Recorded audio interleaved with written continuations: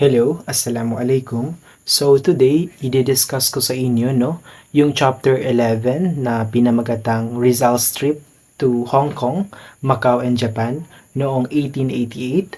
So bago ang lahat ay balik tanaw muna po tayo sa chapter 11 kasi connected po yung topic natin sa chapter na iyon. So sa chapter 11 ay na-discuss at nalaman po natin na noong bumalik si Jose Rizal sa ating bansang Pilipinas ay may mga ilan siyang goals, objective sa pagbalik niya sa ating bansa. No, una sa listahan po ng mga dahilan kung bakit siya nagbalik sa ating bansa ay gusto niyang maoperahan ang kanyang ina na may sakit sa mata. So alam naman natin na yung ina niya ay may sakit po sa mata at isa yun sa mga nag-udlot sa kanya na maging isang doktor para matulungan ang minamahal niyang ina. So pangalawa naman po sa dahilan niya kung bakit bumalik siya ng Pilipinas ay gusto niyang makita kung ano nga ba ang naging epekto ng kanyang nobelang Noli Me Tangere sa kapwa niyang mga Filipino at Espanyol. So nung nasa Pilipinas na siya nasilayan niya yung naging epekto ng Noli Me Tangere na kung saan ay may mga advantages and disadvantages na mga nakita niya na resulta ng nobela niyang ito. So, ayun na. Pangatlo naman po ay gusto niya ring malaman kung bakit nananatiling tahimik ang kanyang iniirog na si Leonor Rivera.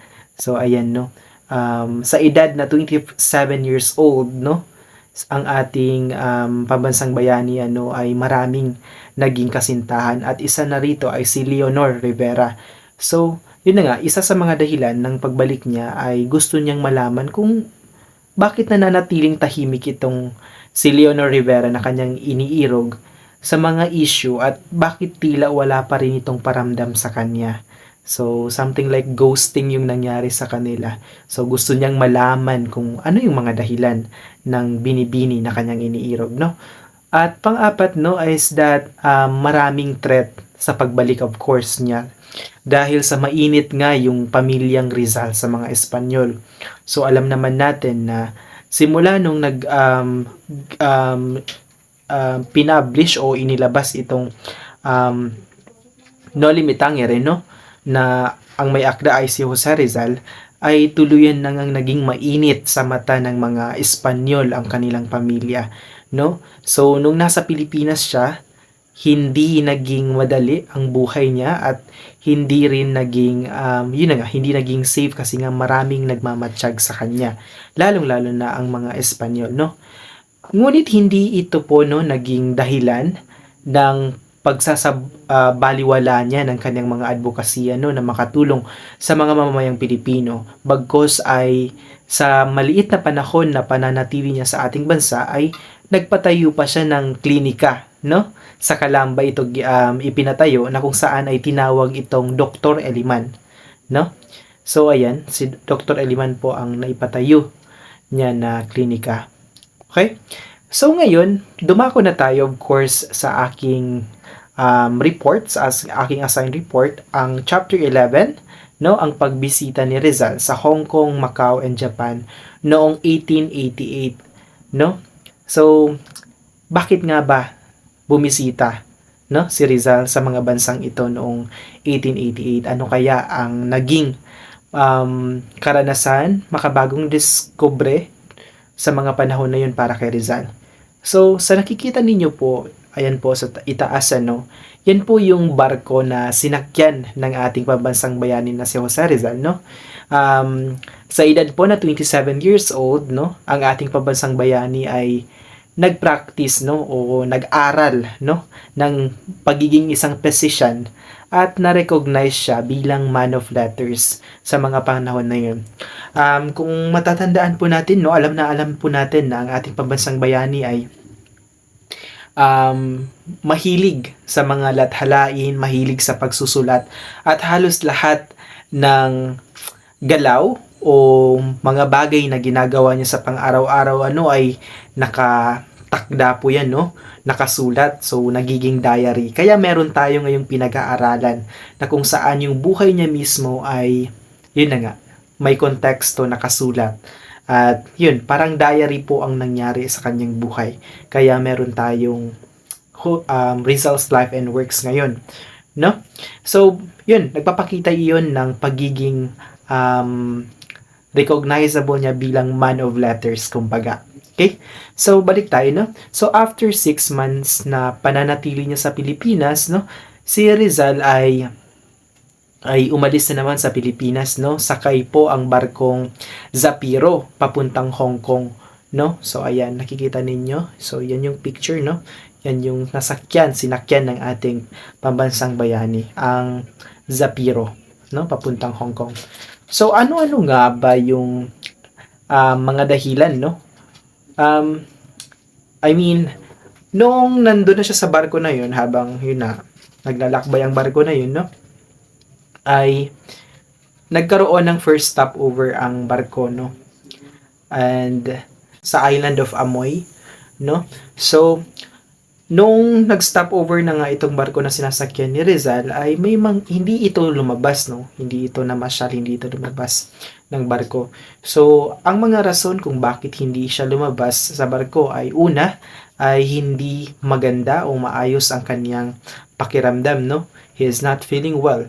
And pangalawa is that noong mga panahon na yun ay umuulan sa lugar na yun, no? Sa Amoy, sa island of Amoy. And pangatlo is that na rinig niya, no? Napag-alaman niya na ang city na yun ay hindi gaanong malinis, no? So, yeah, hindi malinis yung lugar na yun. So, nag-indication yun para hindi siya bumaba. So, ayan.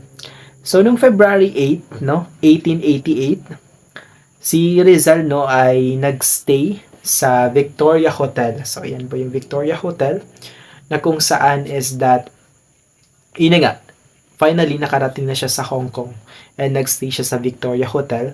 So, according kay Rizal, no, is that, yung Hong Kong daw is something like small but very clean city. So, na-amaze ang ating pambansang bayani, no? Sinulat niya sa journal niya na, yun, sinasabi na maliit lang yung Hong Kong, ngunit napakalinis raw po ito na syudad. Okay? So, along the way, nung nasa Hong Kong na siya, no, namamalagi siya sa Victoria Hotel, ay winelcome naman siya ng mga kapwa niya Filipino, no? Kapwa niya Pinoy. Kasama na riyan si Jose Maria Basa, no? Si Balbino Mauricio and Manuel Yerarte, no? Ito yung mga anak ng alkalde sa Calamba. Okay? So, nung nandun na siya sa Hong Kong, no, may mga ibang Pilipinos, no? Maraming mga Pilipino nandoon, no, na nakatira sa Marianas Island since 1872. Yung former financiaries, no, at sila po ay mga mayayaman during that time, but later on inaresto nga ng mga Spaniards, na kung saan ito yung naging indikasyon na yun, humirap yung mga mayayaman na naninirahan sa Marianas Islands noong 1872, no?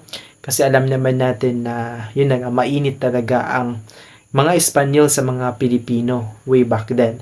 So, yun na nga, naging indikasyon yun, no, para hulihin yung mga Pilipino na yun.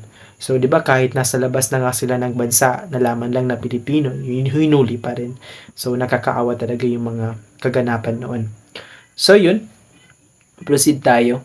Si Jose Sainz de Varanza naman, no, isang Spaniard, no, yung napag-alaman, no, ni Rizal na umaaligid-aligid o sumusunod sa kanya nung nasa Hong Kong siya. So, habang nasa Hong Kong siya, itong si Jose Sainz de Varanda, ay umaaligid-aligid sa kanya, no? Like, sinusundan siya. So, pinaniniwalaan ni Jose Rizal, no, na si Varanda daw ay isang commissioned ng Spanish authorities at isang former Secretary of Governor General Terrero, no. So isa siyang Spaniards, no, utusan, no, officer ng mga Espanyol at ipinadala sa Hong Kong para sundan, magmanman kay Jose Rizal kung ano yung ginagawa niya doon. So, di ba? Parang main character talaga ang ating pambansang bayani dito, no? So, sinusundan siya during that time. So, nung nandun na siya, doon na siya nagkaroon ng, nung nalaman niyang sinusundan na siya, ay nag-proceed naman siya sa Macau. So, ito yung mga naging kaganapan sa Macau, no? Noong February 18, no, 1888, si Rizal ay sinamahan ng kanyang kaibigan na si Basa, no, na kung saan is pumunta sila ng Macau, no, sakay-sakay ang ferry steamer Kyokyang, sakay-sakay nila, doon sila sumakay. So, sabi ni Rizal naman, based sa journal niya, dinescribe niya ang Macau bilang isang maliit na naman, no, maliit, low and gloomy, no? Small, low and gloomy daw ang Macau. So, yun. Si Don Francisco Lecaros naman ay isang Filipino na married, no, sa isang Portuguese na babae, no? And si Basa and Rizal ay nanuluyan sa kanila for 2 days habang nasa Macau sila.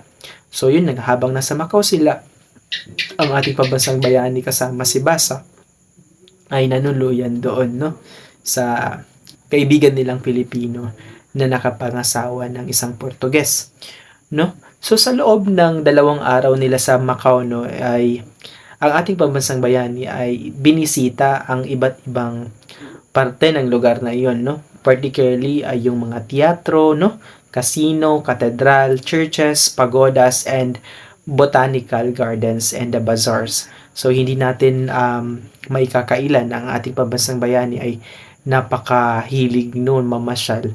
At yun nga, habang namamasyal siya ay nilalagda, isinusulat niya lahat ng detalye kung ano yung napapansin niya sa mga lugar na napupuntahan niya. No? Kaya alam natin ngayon kung anong nangyari sa kanya sa mga panahon na yun. So, yun.